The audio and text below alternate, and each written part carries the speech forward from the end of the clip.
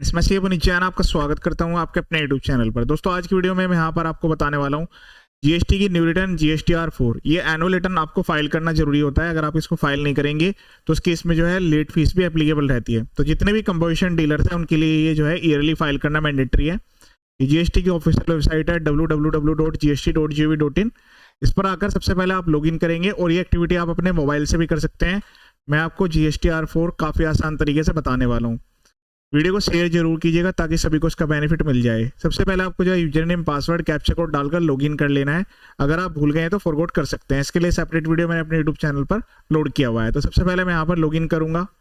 Login करने के बाद आपके सामने इस टाइप से पेज आएगा। अब इसके बाद यहाँ पर एनुअल रिटर्न पर आपको क्लिक कर लेना है या सर्विसेज में रिटर्न्स में जाकर भी वहां पर आपको एनुअल रिटर्न का ऑप्शन आ जाएगा। आपको सर्च पर क्लिक कर लेना है, लेकिन इससे पहले आपकी जो है सारी की सारी CMP08 फाइल होना जरूरी है। GSTR4 can be filed online, तो हम इसको ऑनलाइन ही फाइल करेंगे। आप ऑफलाइन भी कर सकते हैं, दोनों प्रोसेस हैं। Annual return GSTR4 is required to be file every tax payer who have availed composition scheme during the relevant financial year. अगर आपने मिड ऑफ द ईयर में भी अगर आपने ये स्कीम ऑप्ट किया तब भी आपको GSTR4 फाइल करने की रिक्वायरमेंट आएगी। जितनी भी स्टेटमेंट है CMP08 वो फाइल होना जरूरी है। और एक बार आपने अगर रिटर्न भर दी तो आप इसको रिवाइज नहीं कर पाएंगे। तो जो जो जरूरी चीज़ें हैं मैं यहाँ पर आपको बताऊंगा, आपको उन चीज़ों का ध्यान रखना है। अब इसके बाद GST annual return GSTR4 last date जो है 30 जून है इसकी। प्रिपेयर ऑनलाइन पर क्लिक करेंगे। क्लिक करने के बाद यहाँ आपको फ्रंट में काफ़ी सारे ऑप्शंस देखने के लिए मिलेंगे। यहाँ पर आपको एक मैसेज में मिलेगा कि जो GSTR4A 4B है, मतलब जैसे नॉर्मल केस में 2A 2B होती है उसके हिसाब से ऑटोमेटिकली यहाँ पर फिल्ड आ जाती है काफ़ी सारी डिटेल्स। लेकिन कुछ ऐसी डिटेल्स है जो कि आपको फीड करनी होगी। सबसे पहले हम यहाँ पर एंटर करेंगे जो कि आपकी प्रीवियस ईयर की टर्नओवर थी। तो इससे जो प्रीवियस ईयर आपका है वो आपका 24-25 है, क्योंकि अभी हम यहाँ पर 25-26 के लिए फाइल कर रहे हैं। तो 24-25 की जो आपकी एग्रीड टर्नओवर थी वो आप यहाँ पर एंटर कर देंगे। सेव पर क्लिक करेंगे तो उसके बाद जो टेबल्स है वो एनेबल हो जाएंगी। जैसे यहाँ पर फिगर लिखकर सेव पर क्लिक करेंगे तो यहाँ पर जो आपकी टेबल्स है वो एनेबल हो जाएंगी। अब इसमें जो टेबल्स है 4A 4B, जैसे कि मैंने आपको बताया था, ये सारी टेबल्स आपको जो है प्रीफिल मिलेगी। लेकिन फिर भी हम इसको एक बार डाटा को वेरीफाई करेंगे, उसके बाद इसको फाइल करेंगे। अब यहाँ पर आपको एक जगह पर ऑप्शन देखने के लिए मिलेगा टेबल नंबर 5। सबसे पहले मैं टेबल नंबर 5 आपको बता देता हूँ। इससे क्या है कि आपकी इस साल की जो टर्नओवर है वो आप देखने के लिए यहाँ पर आपको मिलेगी 26,48,429। इस पर हाफ CGST है और हाफ SGST है। तो ये टेबल जो है नॉन एडिटेबल है, लेकिन आपको जो है ये फिगर्स नोट डाउन कर लेनी है। और इससे आपकी जो टेबल है वो आपको टैक्स रेट वाइज ब्रेकअप देने की रिक्वायरमेंट आएगी। तो आप पहले इसको नोट डाउन कर लें। उसके बाद हो सकता है कि इसमें आपकी जो है वो एग्जेम्प्टेड सप्लाई भी इंक्लूड हो, तो उसको आपको सेपरेट करना होगा। तो इस केस में क्या है कि पूरी की पूरी सप्लाई पर 1% से टैक्स लगा हुआ है। तो इस केस में तो 1% से सीधे डायरेक्ट यहाँ पर कैलकुलेट करके भी आ सकता है, क्योंकि यहाँ पर मुझे पता है कि इसमें एग्जेम्प्टेड सप्लाई इंक्लूड नहीं है। लेकिन अगर आपके केस में एग्जेम्प्टेड सप्लाई इंक्लूड है तो उसको आपको सेपरेट करना होगा। उसके बाद टेबल नंबर 6, इसके अंडर में हम यहाँ पर जो है फिगर एंटर करेंगे। जो भी हमारी टर्नओवर आ रही है तो हम यहाँ पर 1% वाले में या 2%, 5, 6 जितना भी आपका रेट है उसमें एंटर करेंगे। अगर आपका एग्जेम्प्टेड वाला है तो फिर 0 वाले में एंटर जरूर करेंगे। उससे क्या है कि जो आपका वैल्यू है वो मैच होना जरूरी है और जो टैक्स है वो भी मैच होना जरूरी है। काफ़ी सारे पर्सन क्या मिस्टेक कर देते हैं, वो टेबल नंबर 6 को फीड नहीं करते तो उनकी जो लायबिलिटी है वो नेगेटिव हो जाती है। तो आप इस टाइप की कोई भी मिस्टेक ना करें। इसके बाद सेव पर क्लिक कर देना है। उसके बाद हम यहाँ पर जो है टेबल नंबर 4 एक बार चेक करेंगे। तो यहाँ पर जो है टेबल नंबर 4 है, इसमें डाटा एंटर करने की रिक्वायरमेंट आएगी। तो जो भी आपने परचेज किया है वो आपको यहाँ पर एंटर करना होगा। इसके लिए मैं आपको अभी एक शॉर्ट तरीका बताने वाला हूँ।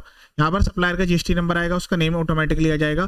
फिर उस सप्लायर से आपने जो है किस रेट में सप्लाई रिसीव किया है वो यहाँ पर आपको रेट सेलेक्ट करके उसके सामने वैल्यू एंटर करनी होगी। तो जो टेबल नंबर 4 है उसमें आपको परचेज डालने जो भी आपने रजिस्टर्ड पर्सन से परचेज किया ड्यूरिंग द ईयर में। फिर उसके बाद जो है 4B में ऐसी इनवर्ट सप्लाई रजिस्टर्ड पर्सन से जो कि रिवर्स चार्ज के लिए लायबल थी। आपने जो है कोई भी गुड्स या सर्विस ली है जिन पर रिवर्स चार्ज की एप्लीकेबिलिटी आती है, उनकी डिटेल्स यहाँ पर आपको देनी है। GST नंबर डाल के रेट वाइज डाटा यहाँ पर आपको एंटर करना होगा।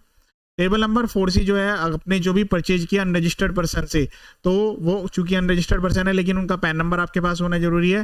पैन नंबर डालना है, उनका नेम डालना है, प्लस पर क्लिक करके इनकी जो एंट्री है यहाँ पर ऐड होगी। ठीक है, तो ऐड पर क्लिक करेंगे।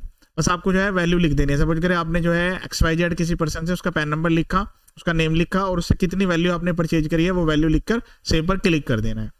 दैन उसके बाद टेबल नंबर 4D, तो ये इंपोर्ट ऑफ सर्विस के रिगार्डिंग है। ये आपको ऐड डिटेल्स पर क्लिक करेंगे। यहाँ पर टैक्सेबल वैल्यू लिखना है, रेट सेलेक्ट करना है, उसके बाद यहाँ पर टैक्स ऑटोमेटिकली आ जाएगा और सेव पर क्लिक कर देना है। आपको 4A 4B 4C 4D इनमें डाटा भरना है। एक टेबल नंबर जो आपकी 5 है और 7 है इसमें कोई भी डाटा भरने की रिक्वायरमेंट नहीं है। टेबल नंबर 6 में भी डाटा एंटर होगा, वो मैंने आपको ऑलरेडी बता दिया है। टीडीएस टीसीएस के रिगार्डिंग ये जो वैल्यूज है ऑटोमेटिकली आती है, तो इस पर भी आपको कोई डिटेल भरने की रिक्वायरमेंट नहीं है। अब इसके बाद यहाँ पर हम जनरेट करेंगे कि किस तरीके से हमें जो है परचेज यहाँ पर पोर्टल से मिलेगी। तो उसके लिए हम यहाँ पर रिटर्न्स पर क्लिक करेंगे। रिटर्न्स पर क्लिक करने के बाद जो आपकी CMP 08 है वो आपको यहाँ पर सेलेक्ट कर लेनी है। मैं नॉर्मल रिटर्न्स में CMP 08 को सेलेक्ट कर लूंगा और इससे जो परचेज की सीट है वो डायरेक्ट हम यहाँ से डाउनलोड कर पाएंगे। ठीक है, 25-26 के रिगार्डिंग सर्च पर क्लिक करेंगे। देन उसके बाद हम डाउनलोड पर क्लिक करेंगे। यहाँ से हम जो है पूरा का पूरा जो ईयर है वो सिलेक्ट कर लेंगे, अप्रैल टू जून। उसके बाद जनरेट एक्सेल फाइल पर क्लिक करेंगे। इस पर क्लिक करने के बाद ये एक्सेल फाइल जो है जनरेट होकर डाउनलोड हो जाएगी। अब इससे हम जो है अपनी जो हमारी रिक्वायर्ड फाइल है वो हम जनरेट करेंगे। तो आपको जो है इस टाइप की एक्सेल सीट यहाँ पर देखने के लिए मिलेगी। अब इस एक्सेल सीट से जो है हम इस डाटा को यहाँ पर रेडी करके और इससे फीड करेंगे। लेकिन हो सकता है कि आपके पास कुछ ऐसे बिल्स भी हो जो कि यहाँ पर शो ना कर रहे हो, तो फिर उसके लिए आप जो है मैनुअली इस डाटा को ऐड कर सकते हैं। सबसे पहले हम क्या करेंगे, जो ऊपर की 3 रो यहाँ पर दी गई है, 3rd नंबर तक की जो रो है वो हम जो है पूरी की पूरी डिलीट करेंगे, या आप जो है 4th नंबर तक की पूरी रो लेके उसको यहाँ पर जो है डिलीट पर आपको क्लिक कर देना है। यहाँ पर ये वैल्यू कट करने के बाद ये आपकी जो रो है सेकंड वाली, इसको भी आपको सेलेक्ट कर लेना है और इसको पूरी तरीके से डिलीट कर देना है। ठीक है, मैं आपको यहाँ पर डायरेक्ट दिखा रहा हूँ कि इसके रिगार्डिंग शॉर्टकट्स भी हैं। अब इसके बाद कंट्रोल A आपको सेलेक्ट कर लेना है। यहाँ पर आप सेलेक्ट करके पूरा का पूरा भी सेलेक्ट कर सकते हैं। उसके बाद आपको यहाँ पर बटन प्रेस करना है Alt D P F, ये सारे बटन आपको अलग अलग प्रेस करने होंगे। तो उससे क्या होगा कि आप जो है एक पाइवट टेबल आपकी यहाँ पर क्रिएट हो जाएगी। अब ये पाइवट टेबल क्रिएट होने के बाद अब इसमें जो यूनिक फील्ड्स हैं वो आपको यहाँ पर क्लिक करके बस केवल ड्रैग डाउन करना है। जो यहाँ पर जरूरी पॉइंट्स हैं मैं आपको बता देता हूँ। ठीक है, सबसे पहले हम यहाँ पर GST नंबर, क्योंकि वो यूनिक है, उसको हम ड्रैग डाउन करेंगे। रो लेवल पर आपको ले आना है और यहाँ पर क्लिक कर देना है।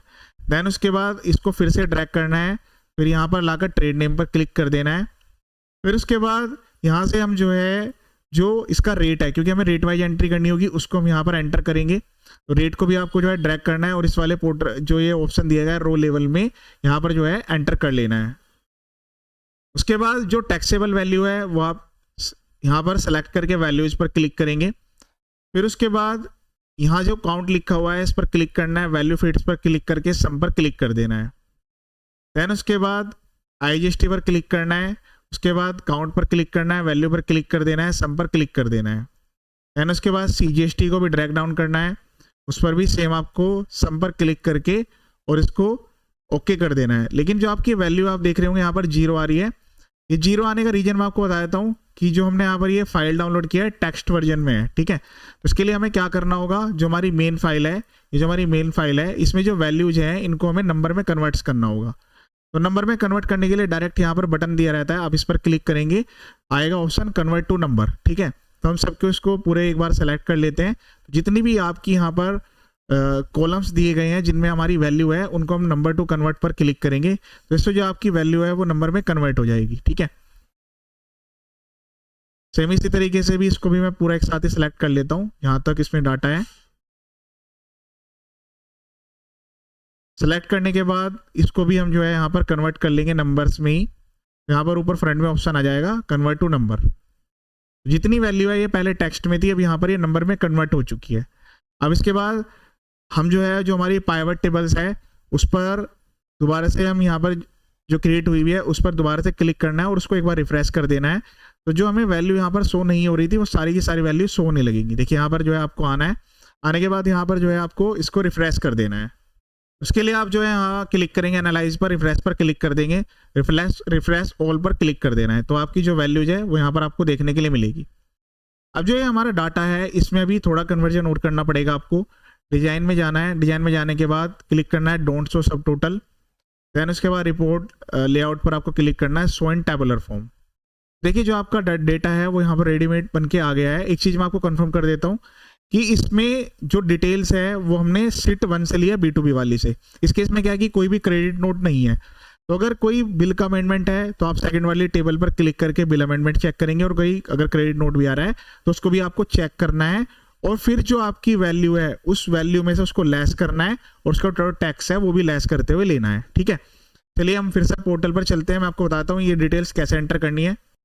तो फिर से हम यहाँ पर रिटर्न पर क्लिक करेंगे 25-26। इसके लिए जो रिटर्न है जहाँ पर हम प्रिपेयर कर रहे थे उसमें अब जो है हम यहाँ पर केवल डाटा एंटर करेंगे। जो हमारी टेबल है वो 4A, क्योंकि इस केस में क्या है, रिवर्स चार्ज भी एप्लीकेबल नहीं है और उसके अलावा जो है यहाँ पर जो इम्पोर्ट ऑफ सर्विस है वो वाला केस भी नहीं है। इसके अलावा थर्ड नंबर पे कोई अनरजिस्टर्ड पर्सन से भी परचेज नहीं है। तो ये सबके केस में केस टू केस डिपेंड करेगा। अभी इसमें जो डाटा है वो 4A का है, बाकी का मैंने आपको बता दिया किस तरीके से डाटा एंटर होगा। 4A पर क्लिक करेंगे। क्लिक करने के बाद जो पर्सन है उसका जीएसटी नंबर डायरेक्ट यहाँ पर आप कॉपी कर सकते हैं, जो हमने एक्सेल साइट यहाँ पर तैयार की है। इसे डायरेक्ट जो है जीएसटी नंबर कॉपी कर लेंगे। कॉपी करके यहाँ पर एंटर कर देना है, वैल्यू यहाँ पर ऑटोमेटिकली आ जाएगी। उसके बाद ऐड पर क्लिक करेंगे। क्लिक करने के बाद यहाँ पर आपको टैक्सेबल वैल्यू जो है वो मैनुअली एंटर करनी होगी 89890, क्योंकि इसमें जो है यहाँ पर जो वैल्यू वाइज है वो कॉपी पेस्ट यहाँ पर डिसअलाउड है। 5 पर क्लिक करना है, रेट वैल्यू यहाँ पर ऑटोमेटिकली आएगी। सेव पर क्लिक करना है, ये वैल्यू आपको इस तरीके से दिखने लग जाएंगी। तो 1 बाय 1 करके आप इसको ऐड करेंगे। इसमें आपको ज़्यादा टाइम नहीं लगने वाला है, बस एक्सेल फाइल जो मैंने आपको बताया है उसको आपको सही तरीके से क्रिएट करना है। और अगर आपको ऐसा लगता है कि वीडियो की स्पीड काफ़ी ज़्यादा है तो आप इसको स्लो मोड में भी देख सकते हैं। आपके यूट्यूब में ये वाला ऑप्शन प्रोवाइड किया गया है। तो इस केस में क्या है, 2 रेट वाले आइटम है, तो पहले हम 5 वाले एंटर कर लेंगे।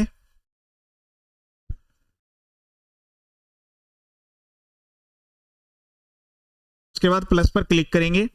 उसके बाद सेकंड वाली वैल्यू एंटर करेंगे।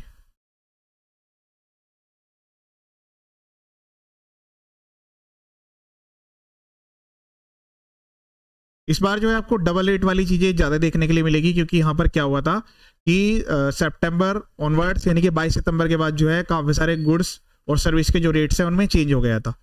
तो एक बार आप ये शीट तैयार कर लेंगे, इसके बाद बस आपको जो है यहाँ पर डाटा एंटर करने की रिक्वायरमेंट आएगी। 1 बाय 1 करके एंटर कर लीजिएगा।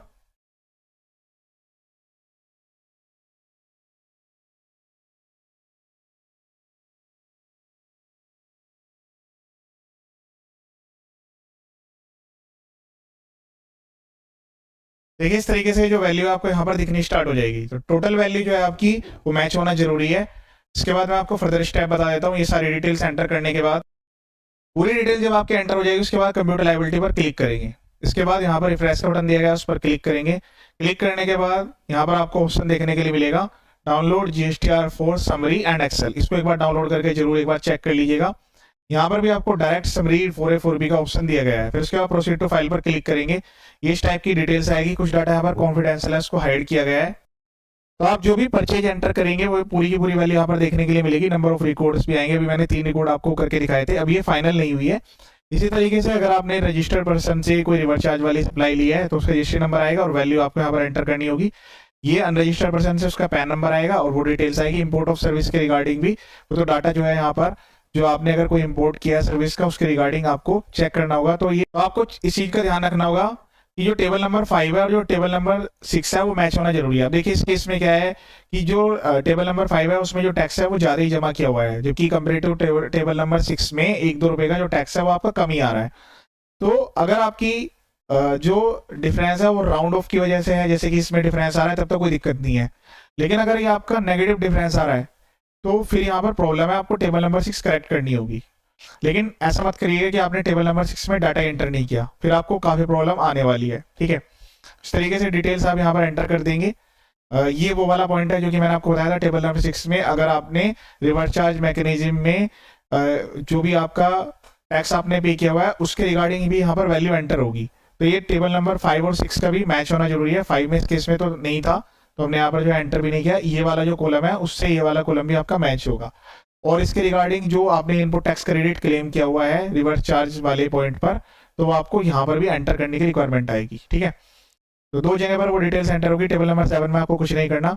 उसके बाद यहाँ पर जो है आप कंटिन्यू पर क्लिक करेंगे। कंटिन्यू पर क्लिक करने के बाद आपके सामने इस टाइप का टेबल आएगा। फिर उसके बाद ऑथराइज्ड पर्सन सेलेक्ट कर लेंगे। फिर उसके बाद यहाँ पर ऑप्शन आएगा फाइल GSTR4। आप जो है नेक्स्ट पेज पर रिडायरेक्ट होंगे। उसके बाद आपके registered email ID mobile number पर OTP जाएगा। OTP जैसे आप वेरीफाई कर देंगे तो आपकी जो रिटर्न है वो फाइनल हो जाएगी। और ये फाइल करने का पूरा कंप्लीट प्रोसेस मैंने आपको बता दिया। जल्दी मैं यहाँ पर GSTR4 को ऑफलाइन फाइल करने का, जो कि यूटिलिटी के थ्रू आप कर सकते हैं, उसका भी तरीका अपलोड करूंगा। लेकिन उसके कंपेरिजन में जो ऑनलाइन वाला तरीका है वो काफी ईजी है। इस वीडियो को शेयर जरूर कीजिएगा। बाकी अदर वीडियोज भी मेरे यूट्यूब चैनल पर अवेलेबल है, वो भी आप एक बार देख सकते हैं। चैनल का पर्पज फुली एजुकेशनल है। ये वीडियो देखने के लिए थैंक यू सो मच।